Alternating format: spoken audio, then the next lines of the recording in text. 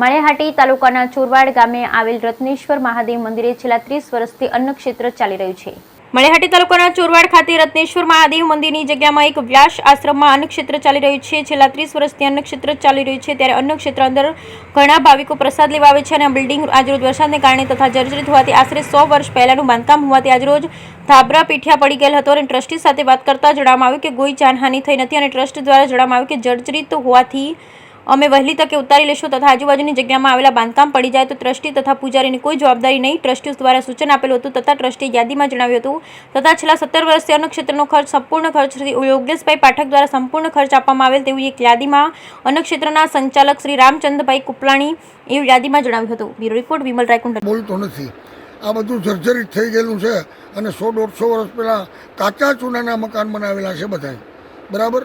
એ તો સારું કર્યું, આ મંદિર પડી જાય એમ હતું।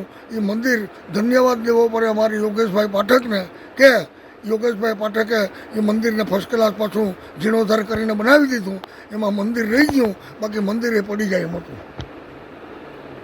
બસ બીજું તો બસ। હું રત્નેશ્વર મહાદેવ મંદિરનો પૂજારી તરીકે માળિયાહાટીનું ચોરવાડ ગામ, આ ચોરવાડ ગામમાં વ્યાસ આશ્રમની અંદર રત્નેશ્વર મહાદેવ મંદિર આવેલું છે। ત્યાં છેલ્લા 30 વર્ષથી અન્નક્ષેત્ર ચાલુ છે। આ અન્નક્ષેત્રની અંદર ઘણા ભાવિકો જમવા આવે છે અને આ અન્નક્ષેત્ર બહુ જૂનું હતું, 100, 125, 150 વર્ષ પહેલાંનું અન્નક્ષેત્ર છે। ચૂનાનું બાંધકામ હતું અને આખું અન્નક્ષેત્રનું ધ્રાબા સહિત પઢિયા સહિત આખું પડી ગયું, તૂટી ગયું, કોઈની જાનહાનિ થઈ નથી। એટલે મેં ટ્રસ્ટીઓને બોલાવેલા, ટ્રસ્ટીઓએ જોયું એટલે ટ્રસ્ટીઓએ કીધું કે નહીં, કોઈ જાનહાનિ નથી, પણ હજી પણ અત્યારે પણ હાલની તકે હું પૂજારી છે, મારા પોતાના મકાન અને મારી બાજુમાં કોઈ પણ મકાન એ બધા 100-150 વર્ષ પહેલાંનું જર્જરિત મકાન છે।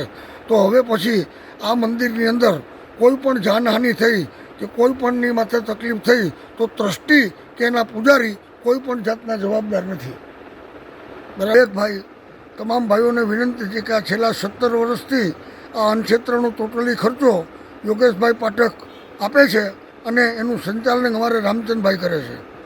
એ મારી રૂબરૂની વાત છે। આ રીતે અન્નક્ષેત્ર સારી રીતે ચાલે, બસ।